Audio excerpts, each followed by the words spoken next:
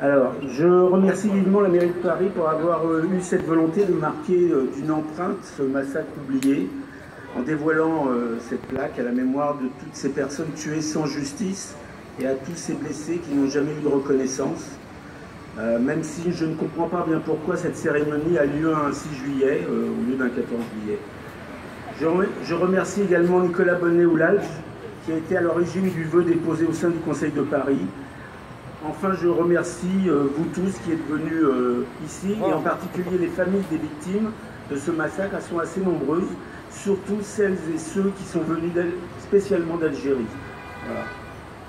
En faisant ce film, Les balles du 14 juillet 1953, puis le livre qui porte le même nom, je n'ai jamais cherché à orienter mon travail dans un esprit de culpabilisation ou de repentance. Ceci étant dit, ce massacre est pour moi le symbole même d'un problème majeur de notre société. Pourquoi? Parce qu'en 1953, il n'y avait pas de guerre d'Algérie, elle a commencé le 1er novembre 1954.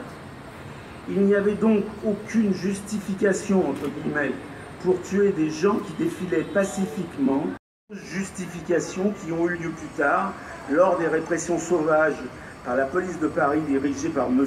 Maurice Papon, le 17 octobre 61 ou le 8 février 1962 au métro Charonne.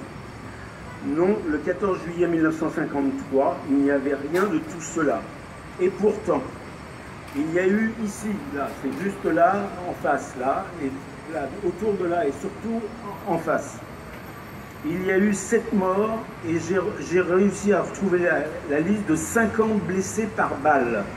Je ne sais pas si vous vous rendez compte, un vrai carnage. Ce drame confirme dans la tête d'un certain nombre de nos contemporains et de certains policiers qu'un individu n'a pas la même humanité, la même valeur qu'un autre.